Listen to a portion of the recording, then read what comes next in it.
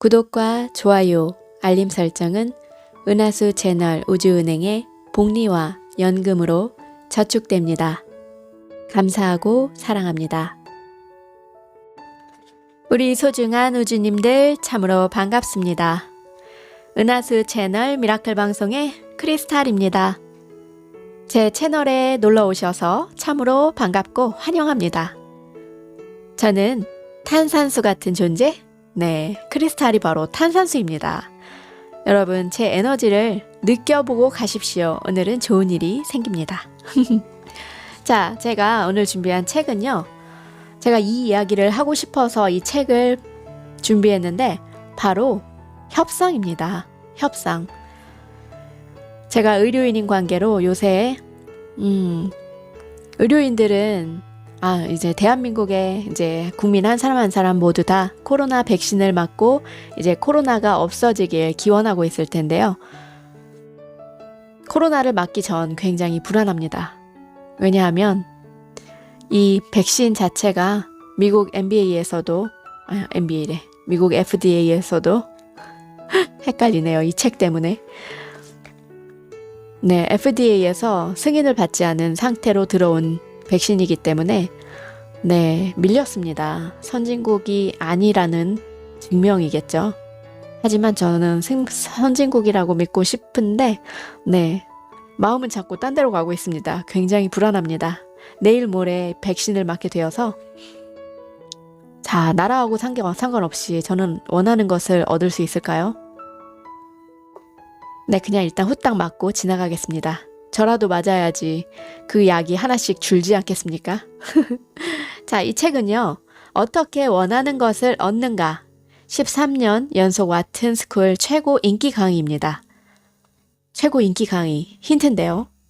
최고 MBA에서 가장 비싼 강의가 될 수밖에 없는 이분 강의입니다. 협상의 귀재, 스튜어트 다이아몬드 지음, 김태훈 옮김, 8.0 출판사입니다. 자, 스튜어트 다이아몬드 씨는 와튼스쿨 학생들 사이에서 엄청난 유명인이에요. 왜냐하면 이 학교에 입학하는 학생 수가 거의 1000명? 그런데 이 인기 높은 강의에 수강 인원이 제한되어 있습니다. 입학과 동시에 5000포인트를 받고 이를 듣고 싶은 과목에 투자하는 형식으로 학교 측에서 경매 시스템을 도입했습니다. 자, 여러분이라면 이 유명한 강의를 들으시겠습니까? 요새 책도 나오고 네, 저 같으면 듣겠습니다. 저는 굉장한 수업이라면 다 듣고 싶습니다. 자, 이제 시작할게요. 진정한 의사소통이란 제3강에서 읽어보겠습니다. 동그라미가 붉은색이라고 생각했는데 이 동그라미는 사각형의 도화지의 오른쪽 구석에 점이 찍혀 있는 것처럼 그려져 있습니다. 이 그림에서 무엇이 보이는가? 두 단어로 적어보라 했습니다. 이 질문을 던졌을 때 가장 흔한 답변이 붉은 점입니다. 응답자의 약 33%가 그렇게 답변했습니다. 이어 응답자의 18%가 붉은 원이라고 답변했습니다. 이 질문에 대한 답변은 상당히 다양하죠. 7%의 응답자는 여백이라고 적었습니다. 의료 분야에서 일하는 사람은 연쇄상 구균이라고 적기도 했습니다. 특이할 만한 점은 불다는 내용이 들어가지 않은 답변을 적은 사람도 40% 이상이었다는 것입니다. 붉은 점, 일본 국기, 루돌프, 오른쪽 위, 눈동자, 연쇄상 구균, 검은 점, 핏방울, 표적, 정지 신호, 여백. 같은 그림인데 어떻게 이렇게 다양한 답변이 나왔을까요? 보는 대상이 같아도 인식의 편차가 대단히 클 수 있다는 점을 시사합니다. 그리고 이러한 인식의 차이가 바로 소송과 전쟁을 부르는 요인이 됩니다. 협상이 실패하는 가장 큰 원인은 바로 의사소통의 실패입니다. 그리고 의사소통이 실패하는 가장 큰 원인은 인식의 차이입니다. 그렇다면 인식 차이가 생기는 원인은 무엇일까요? 그것은 사람마다 관심사와 가치관, 그리고 감성이 다르기 때문입니다. 우리는 종종 자신의 인식 체계에 맞지 않는 정보들을 무시하고 협상할 때 자신의 시각을 뒷받침하는 정보를 선택적으로 수집하고 기억합니다. 인식 차이는 동서고금을 막론하고 거의 모든 갈등의 주요 원인입니다. 그래서 인식 차이가 갖는 중요성은 아무리 강조해도 지나치지가 않습니다. 역지사지의 마음이 참 중요한 것 같습니다. 많은 사람들은 상대방의 인식과 감정을 고려할 줄 모릅니다. 그래서 상대방이 자신의 시각을 받아들이지 않으면 고집이 세고 비합리적이라고 생각합니다. 같은 단어를 쓴다 해도 전혀 다른 인식으로 이어질 수가 있습니다. 폴리그램 음반사의 마케팅 부서에서 일했던 나의 고객은 동료와 한바탕 싸움을 벌인 후에야 서로가 마케팅이라는 단어를 다른 개념으로 사용했다는 사실을 깨달았습니다. 한 명은 마케팅을 판매로 생각하고 다른 한 명은 전략으로 생각한 것입니다. 두 사람은 오랫동안 같은 부서에서 일한 사이였는데 이 인식 차이로 인해 일에 대한 접근 방식이 서로 달랐다 합니다. 이런 문제를 미연에 방지하고자 복잡한 계약을 다루는 변호사들은 별도 조항을 두어 중요한 개념들을 정의합니다. 일반적인 단어도 다르게 해석할 여지가 있고 그런 해석의 차이가 전체 계약을 망칠 수 있기 때문입니다. 몇 년 전 사우디아라비아에서 3일 동안 경영자 협상 워크숍을 진행한 적이 있는데 그때 미국에서 생활했던 경험이 있는 한 경영자가 이런 말을 했습니다. 미국에서는 레스토랑에서 커피를 더 마시고 싶을 때 잔을 들어 살짝 흔들면 알아서 채워줍니다. 하지만 사우디아라비아에서 같은 행동을 하면 웨이터가 와서 잔을 치웁니다. 그래놓고 자신이 내 의도를 제대로 이해했다고 생각하죠. 협상이 쌍방이 이처럼 완전히 다른 인식을 한다고 생각해 보십시오. 서로의 의도를 분명하게 확인하지 않기 때문에 수많은 갈등이 생긴다 합니다. 심리학에서는 이러한 실수를 근본적 귀속 오류라고 부릅니다. 근본적인 귀속 오류는 다른 사람도 어떠한 일에 대해 자신과 같은 방식으로 반응할 거라고 가정하는 것입니다. 나는 더운데 다른 사람이 추워한다고 해서 그 사람이 틀린 것이 아닙니다. 사람들은 같은 상황에서도 저마다 다른 방식으로 반응합니다. 기업 내부에서 의사소통이 제대로 이루어지지 않으면 이에 대한 비용과 불만 사항이 늘어나고 효율성과 서비스의 질이 저하되며 많은 기회와 고객을 잃게 됩니다. 한 대기업에서 계산한 결과 비효율적인 의사소통으로 일주일에 3.5시간의 손실이 발생합니다. 만약 500인이 근무하는 기업의 경우 이를 비용으로 환산하면 연간 수백만 달러의 손실을 보게 된다는 뜻입니다. 역지사지의 마음으로 상대의 입장에서 상황을 바라볼 수 있도록 돕는 것이 바로 역할 전환입니다. 역할 전환은 아주 중요한 협상 도구로서 이를 통해 상대의 머릿속 그림을 보다 잘 그릴 수가 있습니다. 자, 한 학생이 50여 명의 다른 MBA 졸업생들과 함께 시티뱅크에서 일자리를 제의받았습니다. 다른 졸업생들과 마찬가지로 더 많은 연봉을 원했던 그는 내게 조언을 구했는데요. 나는 그의 목표가 무엇인지 물었습니다. 다른 졸업생들과 차별화된 모습을 보여주고 더 인정받아서 빨리 승진하고 싶어요. 제게 일자리를 제안하신 부사장님을 멘토로 삼고 싶고 목표는 하나씩 이루는 게 좋겠네. 그런데 다른 졸업생들과 똑같이 많은 연봉을 요구하는 것은 그들과 차별화된 모습을 보여주겠다는 목표에 어긋나는 것 같은데? 그 역시 문제점을 바로 인정했습니다. 이어 그가 멘토로 삼고 싶다는 부사장에 대해서도 물었습니다. 그는 여름에 부사장 밑에서 인턴으로 일한 적이 있었습니다. 당시 부사장은 신입 사원들이 다양한 부서에서 순환 근무를 하는 프로그램을 만들었고 이에 대한 첫 공식 발표를 앞두고 긴장하고 있었습니다. 나는 조언을 이어갔습니다. 내가 부사장이라면 지금 도와줄 누군가가 필요할 것 같은데? 덧붙여 그에게 부사장의 입장이 되어 도울 수 있는 방안을 생각해보라고 했습니다. 그는 역할 전환을 통해 해야 할 일을 깨달았고 바로 부사장에게 전화를 걸어 이를 돕고 싶다는 뜻을 밝혔습니다. 그의 말을 들은 그 부사장은 잠시 후 그에게 전화를 걸어 두 가지 소식을 알렸는데, 하나는 그에게 15,000달러의 입사 보너스를 지급한다는 것이었고, 다른 하나는 다음 달에 이사회가 열릴 때 회장과 CEO를 만날 기회를 주겠다는 것이었습니다. 그것으로 그의 경력은 보장된 셈이나 마찬가지였습니다. 그가 협상을 위해 한 것은 바로 역할 전환이었습니다. 그리고 이를 통해 세계적인 기업의 경영자를 만날 수 있는 흔치 않은 기회까지 얻었습니다. 상대방의 관점에서 상황을 바라보는 일은 타인의 삶에 대한 중요한 깨달음을 주기도 합니다. MBA를 나온 의대생 바버라 스루피는 필라델피아의 빈민가에 있는 병원에서 일하던 중에 임신 테스트를 하러 병원을 찾은 한 여성을 만나게 되었습니다. 그런데 그 여성을 자세히 보니 구타당한 흔적이 보였습니다. 바버라는 질문 끝에 몇 가지 사실을 알게 됐는데, 그녀는 율락가에서 일을 하고 마약 중독자이며 콘돔 없이 손님과 잠자리를 가진 적이 있었고 포주에게 자주 구타를 당했습니다. 만일 임신일 경우 일을 못하게 되어 포주에게 또 맞을까봐 두려워하고 있었으며, 임신 중인 아이의 아버지가 누구인지도 몰라 곤란에 처해 있었습니다.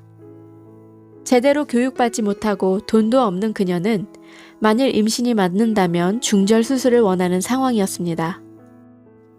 나는 학생들에게 이 상황을 분석해보라고 말했습니다.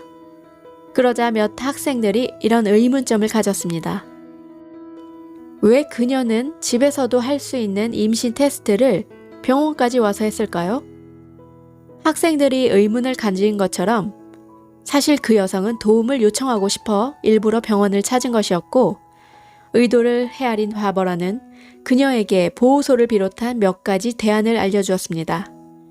이 사례에서 알 수 있듯 상대방이 하는 말 이면에 숨겨진 진실을 파악하도록 노력하는 것이 중요합니다. 설령 의도 파악을 잘못했다 해도 상대방은 자신을 이해하려는 노력을 무척 고맙게 생각할 것입니다.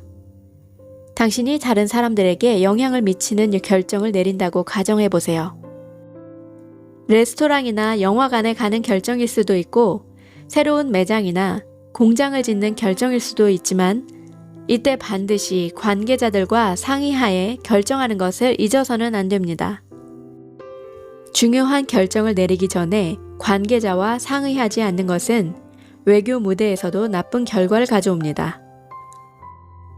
조지 부시 전 대통령은 2002년 9월 12일 유엔에서 연설하기 전에 주요 국가들과 이라크 공격에 대한 사전 협의를 거치지 않았습니다.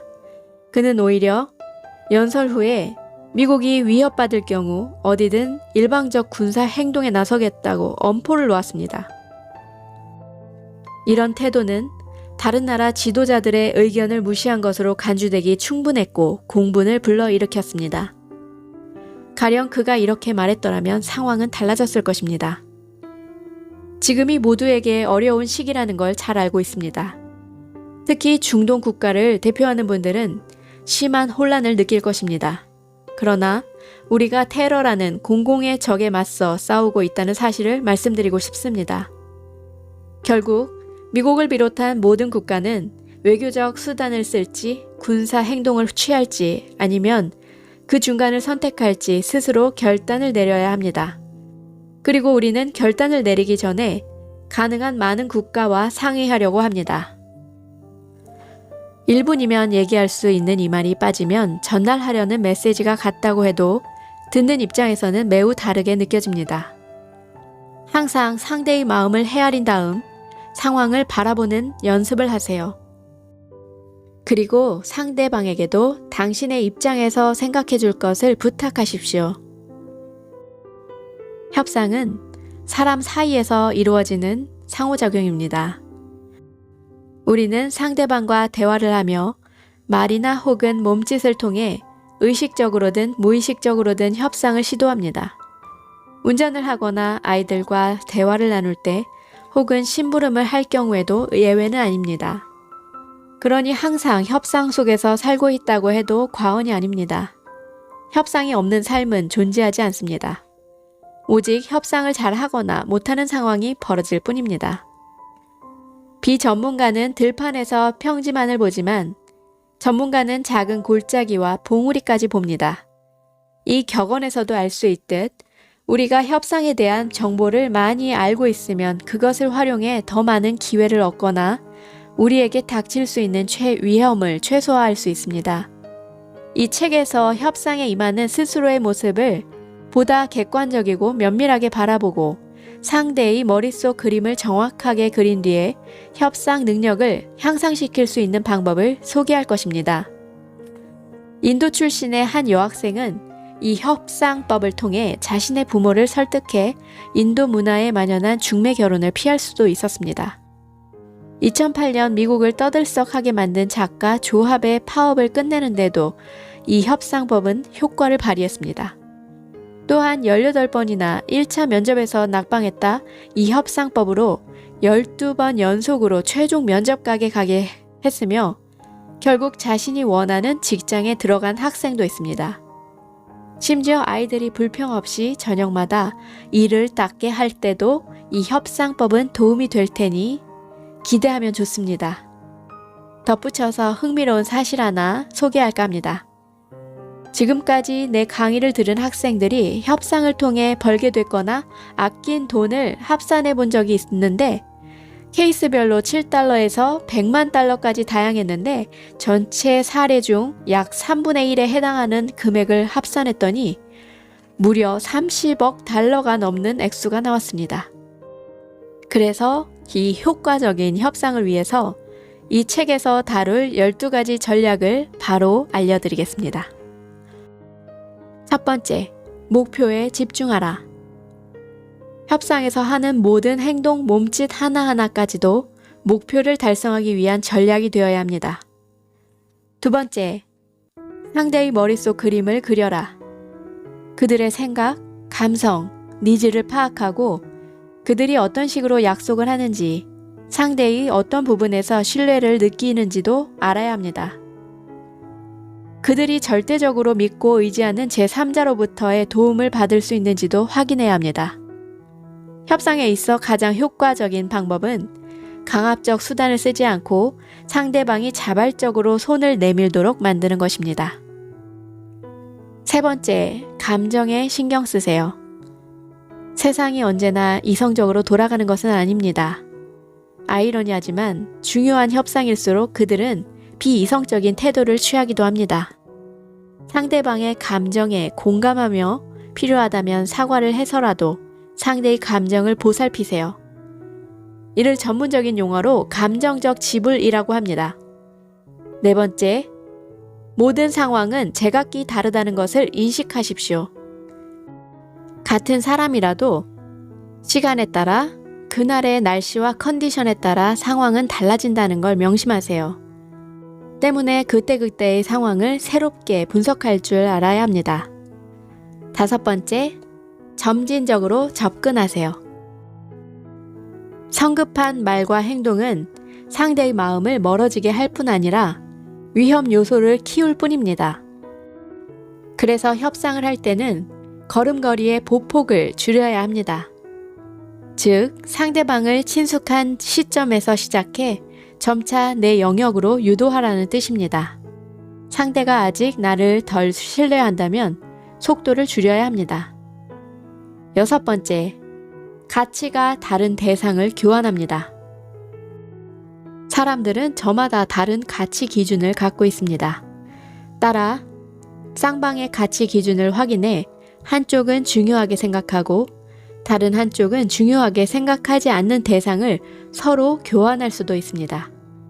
가령 공휴일에 일하는 대신 전체 휴가 일수를 늘리거나 텔레비전을 보는 대신 공부를 더 하거나 물건의 가격을 깎는 대신 다른 고객을 소개시켜 줄 수도 있을 것입니다. 상대방이 따르는 표준을 활용하세요. 상대방의 정치적 성향이나 과거 발언, 의사결정 방식 등을 알면 원하는 것을 얻을 수가 있습니다. 이 전략은 까다로운 사람들을 상대할 때 특히 효과적입니다. 여덟 번째, 절대 거짓말을 하지 마십시오. 어떤 상황에서도 상대를 속이려고 하면 안 됩니다. 거짓말은 언젠가 상대방이 알게 될 것이고 결국 이로 인해 장기적으로 큰 손해를 입히게 될 것입니다. 억지로 강해 보이려고 하거나 다정하게 구는 것도 좋지 않습니다. 가면은 언젠가 벗겨지기 마련입니다. 그렇다고 해서 처음부터 모든 것을 상대에게 다 털어놓거나 만만한 상대라고 보여도 좋다는 말은 아닙니다. 다만 처음부터 끝까지 진실한 자세로 협상에 임하는 것이 중요하다는 사실을 말하는 것입니다. 9번째, 의사소통에 만전을 기합니다. 대부분의 협상 실패는 부실한 의사소통에서 기인하는데 그 자리에서 즉시 협상을 끝낼 작정이 아니라면 서로 정한 휴식 시간이 될 때까지 멋대로 자리를 뜨지 마십시오. 또한 의사소통은 정보의 교환을 의미합니다. 뛰어난 협상가는 뻔한 상황일지라도 이를 상대에게 꼭 알립니다. 가령 협상이 더딘 자리에서 오늘은 대화가 잘 안 풀리는 것 같습니다. 라는 식으로 말합니다. 이렇듯 현재 상황을 정확하게 표현해 상대에게 당신이 원하는 말을 알려주는 것이 꼭 필요합니다. 10번째, 숨겨진 걸림돌을 찾습니다. 협상을 할 때 정작 걸림돌이 무엇인지 찾아 해결하려는 사람이 의외로 드뭅니다. 협상에 앞서 목표 달성을 막는 걸림돌이 무엇인지부터 파악하세요. 진짜 문제를 찾으려면 상대방이 왜 그렇게 행동하는지부터 알아야 합니다. 처음에는 그 이유가 명확하게 잡히지 않겠지만 포기하지 말고 끝까지 집요하게 밝혀내야 합니다. 이때 중요한 것은 무조건 상대의 입장에서 생각해야 한다는 점입니다. 11번째, 차이를 인정하세요. 서로 다르다는 사실이 실제로 협상에서 더 유리하게 작용할 수 있습니다. 차이는 선택을 할 때 다른 보다 많은 옵션을 주고 이로 인해 아이디어가 번뜩이는 결과를 만들어냅니다. 12번째, 협상에 필요한 모든 것을 목록으로 만듭니다. 지금까지 말한 내용을 포함해 모든 협상 전략과 도구를 정리한 목록을 만드십시오. 이 목록은 마치 끼니 때마다 필요한 재료를 찾는 냉장고와 같습니다. 협상 도구는 전략을 실행하는 구체적인 행동을 말합니다. 이 책에서 소개하는 전략과 도구들은 쉽게 참조할 수 있도록 원하는 것을 얻는 협상 모델로 통합되어 있습니다. 물론 각자 자신만의 목록을 만드는 것이 더 좋습니다.